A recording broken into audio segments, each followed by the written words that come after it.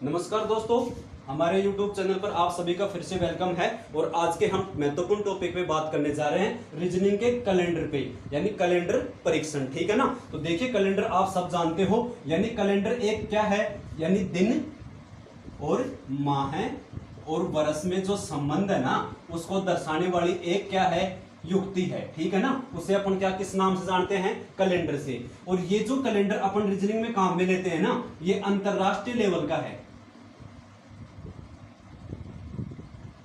ठीक है भाई, अंतरराष्ट्रीय कैलेंडर है ये, यानी सब पूरे विश्व में ये कैलेंडर क्या समान ही काम में लिया जाता है। किसके लिए, दिन माह और वर्ष के लिए। देखो, कैलेंडर के जो निर्माण हुआ है ना, वो भाई इसका महत्वपूर्ण उद्देश्य क्या है, यानी अपने हर एक काम क्या होता है, फिक्स होता है कि अपन कौन सा काम कब करेंगे। तो ये कैलेंडर एक ऐसा माध्यम है, इसके हिसाब से अपन इन चीजों को क्या लेखा रख सकते हैं। ठीक है ना। तो सबसे पहले बात करें, देखें दिन, फिर क्या होते हैं माह है, और फिर क्या हो जाता है इसमें वर्ष। तो देखो भाई, दिन का आपको पता है, जैसे रविवार, सोमवार, ठीक है, फिर क्या आता है मंगलवार, फिर क्या आता है बुधवार, फिर गुरु, फिर क्या आता है शुक्र, और फिर क्या आ जाता है शनि। ये सब जानते हो आप। महीने की बात करें तो देखो, पहले जनवरी, फिर क्या आता है फरवरी, फिर क्या आता है मार्च, ऐसे चलते रहेंगे। और टोटल महीने कितने होते हैं, 12।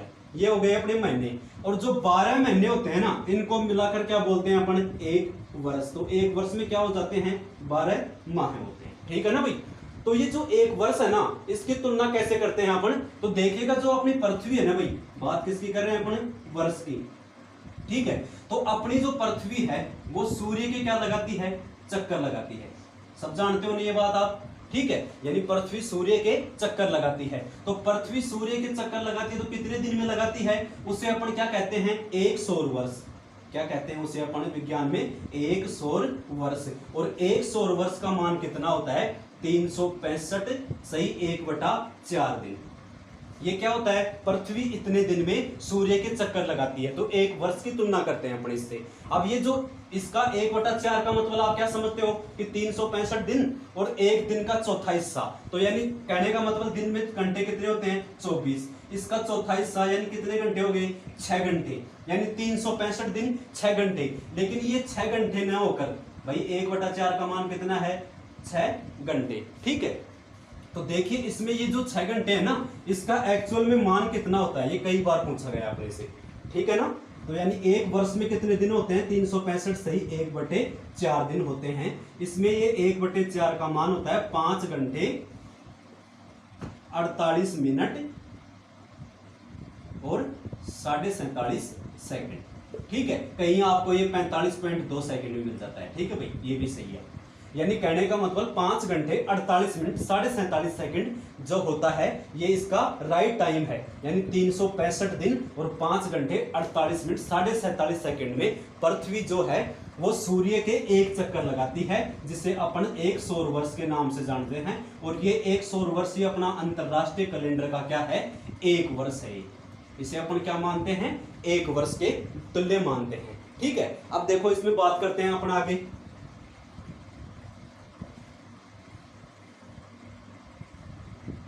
तो देखिए, कैलेंडर में क्या होता है कि जो ये वर्ष होता है ना भाई, एक वर्ष, ठीक है, इसमें दिन होते हैं 365 सही 1/4। अब जब कैलेंडर का निर्माण हुआ ना भाई, कैलेंडर का निर्माण किसने किया, पोप ग्रेगरी, यानी रोम का पोप था, कौन सा, 13वां। उसका नाम क्या था, पोप ग्रेगरी। ठीक है भाई। इसने क्या किया, कैलेंडर की ये व्यवस्था की, यानी कैलेंडर की खोज की।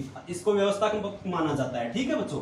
तो आगे बढ़ते हैं इसमें अपन। जैसे इस कैलेंडर का नाम इसके नाम पे भी दिया गया, क्या, ग्रिगोरियन कैलेंडर।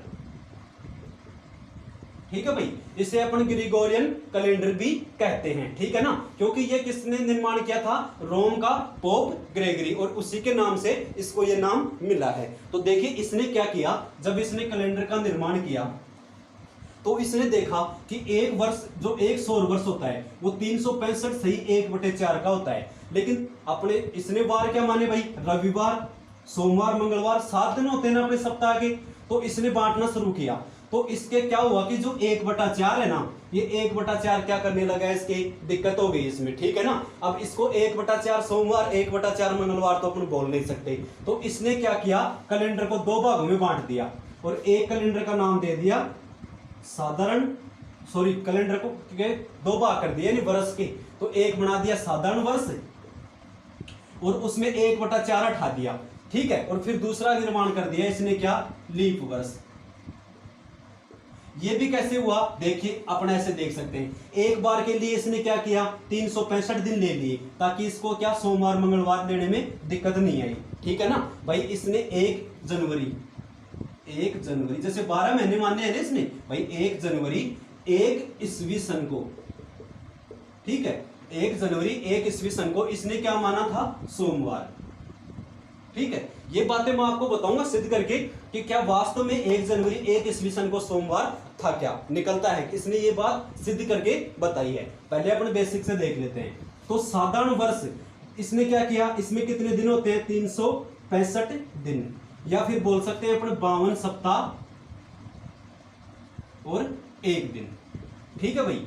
अब देखो जो साधारण वर्ष है ना, वो 4 वर्ष तक तो कोई दिक्कत नहीं हुई, उसने क्या किया भाई, 1/4 को क्या कर दिया, छोड़ दिया, यानी जो 6 घंटे का दिन होता है उसको उसने नहीं लिया, तो 365 दिन ही ले लिए, तो साधारण वर्ष के निर्माण हो गया इसमें, ठीक है। लेकिन क्या हुआ कि ये जो 1/4 है ना, ये आने वाले 4 साल में 1/4 फिर 1/4 फिर 1/4 और फिर 1/4, यानी कितना हो गया, ये टोटल जोड़ेंगे तो इसको 1 हो गया, समझ रहे हो ना, कब, 4 साल बाद में। तो इसने क्या कहा, एक दिन जो ज्यादा आता है ना, तो कैलेंडर को 2 भागों में बांटकर एक बना दिया इसने, क्या, लीप वर्ष, ठीक है भाई।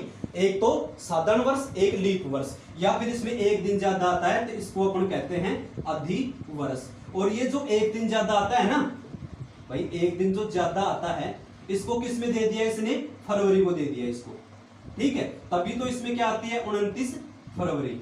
तो जब भी 29 फरवरी आती है तो उसे अपन क्या कहेंगे, लीप वर्ष यानी अधिवर्ष कहेंगे। और ये 4 साल से एक बार आती है। क्यों आती है, क्योंकि देखो ये जो 1/4 है ना, ये कितने साल से एक होगा, 4 साल से। तो इसने क्या किया, 29 फरवरी जो एक दिन ज्यादा था वो किसको दे दिया, लीप वर्ष। तो अब देखो अपन पढ़ेंगे यहाँ पर एक साधारण वर्ष और एक लीप वर्ष, ठीक है भाई। अब देखो इसमें क्या हो जाता है भाई, 365, तो इसमें कितने, 366 दिन होते हैं, ठीक है। तो 52 सप्ताह और 2 दिन हो गए, समझ में आ रहा है ना सबको, यानी एक साधारण वर्ष एक लीप वर्ष, ठीक है। तो 365 दिन यानी 52 सप्ताह, भाई कैसे निकालते हैं, 365 में सप्ताह में 7 दिन होते हैं ना, तो 7 का भाग दे लेंगे तो कितनी बार चला जाएगा, 52 बार, और 1 दिन बच जाएगा क्या, शेष, ठीक है ना, ऐसे निकालते हैं। तो इसमें लीप वर्ष में क्या हुआ, 366 दिन, ठीक है। तो कहने का मतलब क्या हुआ कि इसे 2 भागों में बांट दिया। अब देखो आगे चर्चा करते हैं अपने इसमें, समझ में आ गया ना कैसे बांटा। तो देखिए मैं थोड़ी तुलना करके बता देता हूं इनमें। देखो एक होता है साधारण वर्ष, ठीक है भाई, और एक होता है लीप वर्ष। इसमें कितने दिन होते हैं, 365 दिन। इसमें कितने दिन होते हैं, 366 दिन, ठीक है भाई। उसके बाद में बात करें इसमें, सॉरी 365 दिन, हाँ सही है, ठीक है। तो इसमें 52 सप्ताह और 1 दिन हो गया, ठीक है। इसमें कितने हो गए, 52 सप्ताह और 2 दिन हो गए, समझ में आ रहा है ना। अब देखो इसमें बात करते हैं आगे, यानी जो साधारण वर्ष होता है ना भाई, साधारण वर्ष और लीप वर्ष की अपन पहचान कैसे करेंगे। एक तो चीज मैंने बता दी कि इसमें क्या हो जाता है, 29 फरवरी आती है, क्योंकि वो एक दिन कहां जोड़ दिया इसने, फरवरी में जोड़ दिया। तो जिस जिस साल में 29 फरवरी आएगी वो क्या होगा, लीप वर्ष होगा, यानी अधिवर्ष होगा। या फिर इसका तरीका है अपने पास, क्या, 4 का भाग देते हैं अपन, ठीक है भाई, यानी कि वर्ष में क्या करेंगे, 4 का भाग देंगे। यदि पूरा पूरा जाए ना तो क्या होगा, लीप वर्ष होगा,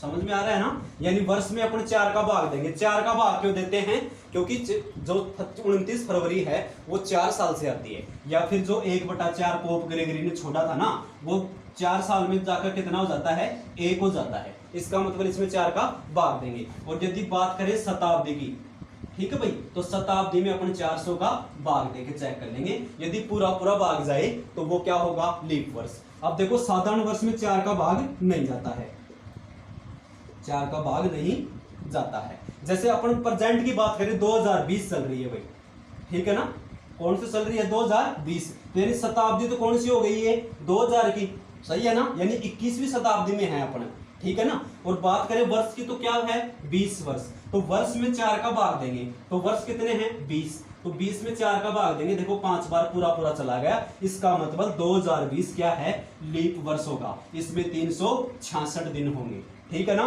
और इसमें 29 फरवरी आएगी, यानी पीछे जो गई है फरवरी अपन ने देखा था, तो कब आया था, उस 29 फरवरी में आई थी ना 2020 में। तो कहने का मतलब ये क्या है, लीप वर्ष है। जैसे किसी का जन्म भाई 29 फरवरी 2020 को हो गया, 29 फरवरी 2020 को किसी का जन्म हो गया, तो आपको पता है कि 29 फरवरी 2020 को जन्म हो गया, तो वो अगला बर्थडे कब मनाएगा आपको, तो आपको पता होना चाहिए कि भाई मैंने बताया कि 29 फरवरी 4 साल से आती है, तो इसका मतलब क्या हुआ, अगली साल 2021 नहीं मनाएगा, फिर 2022 में भी नहीं मनाएगा, फिर 2023 में भी नहीं, और फिर 2024 में भाई 29 फरवरी आ जाएगी, इनमें नहीं आएगी, ठीक है ना।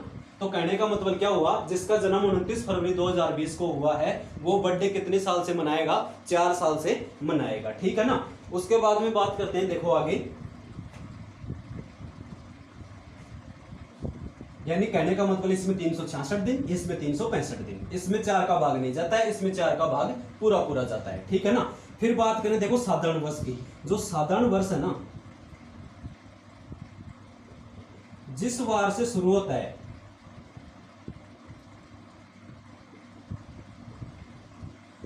अंत भी उसी वार से होगा।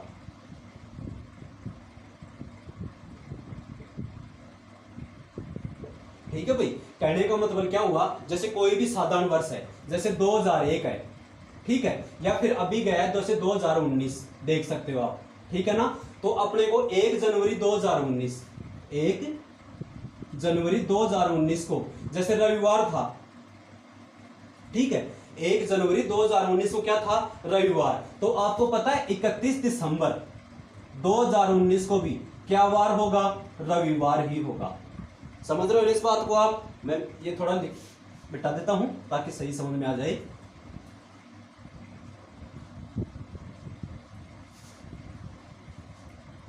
कहने का मतलब क्या है कि जो साधारण वर्ष होता है ना भाई, ठीक है, वो जिससे शुरुआत होती है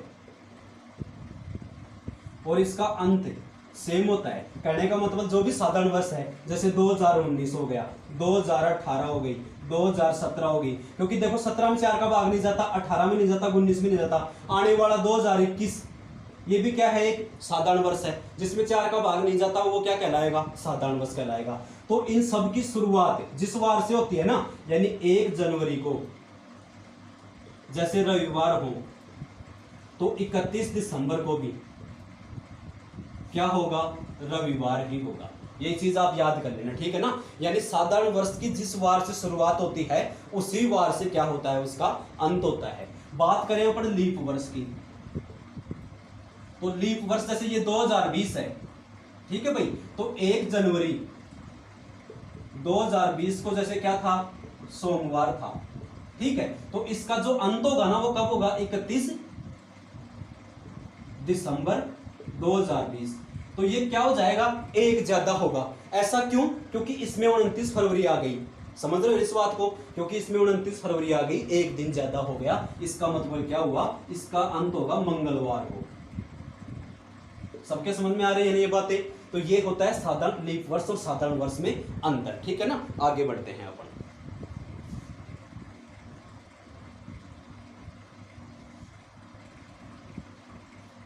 अब एक छोटा सा क्वेश्चन ले लेता हूं मैं कि 1 जनवरी 2018 को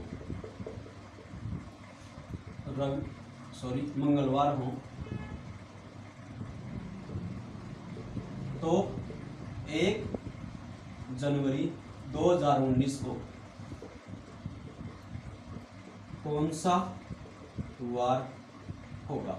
समझ रहे हो भाई, यानी 1 जनवरी 2018 को क्या है, 1 जनवरी 2018 को, और बताना किसको है अपने को, 1 जनवरी 2019 को।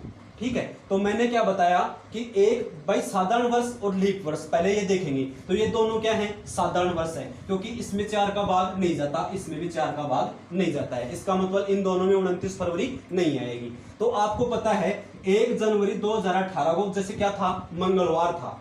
ठीक है, तो ये क्या है, साधारण वर्ष। तो साधारण वर्ष जिस वार से शुरू होता है उसी वार पे क्या होता है, अंत होता है। इसका मतलब क्या हुआ, 31 दिसंबर 2018 को भी क्या होगा, मंगलवार। क्या हो जाएगा, मंगलवार। तो 1 जनवरी 2019, तो मंगलवार के बाद में शुरुआत कब से होगी इसकी, बुधवार से। तो यहां से अपन एक बात और कह सकते हैं कि साधारण वर्ष में अगले वर्ष में जाने के लिए एक दिन ज्यादा होता है। देखो इसकी शुरुआत हो रही थी 1 जनवरी 2018 को मंगलवार से, तो 2019 की शुरुआत किससे हो जाएगी, बुधवार से हो जाएगी। समझ रहे हो इस बात को आप, किससे हो जाएगी, बुधवार से हो जाएगी। यदि यही चीज लीप वर्ष में होती, ठीक है भाई, यदि यही शब्द किस में होता, लीप वर्ष में, यही बात, तो देखो लीप वर्ष में क्या हो जाता है, 2 दिन ज्यादा हो जाते हैं, 2 दिन ज्यादा हो जाते हैं। ऐसा क्यों, क्योंकि मैंने बताया कि लीप वर्ष जिस वार से शुरुआत होती है ना, उससे एक ज्यादा खत्म होता है। क्यों, क्योंकि उसमें 29 फरवरी आ जाती है। तो नेक्स्ट ईयर में जाने के लिए, यानी अगली साल में जाने के लिए 2 दिन ज्यादा जाते हैं। समझ में आ गए ना ये बातें, आगे बढ़ते हैं अपन।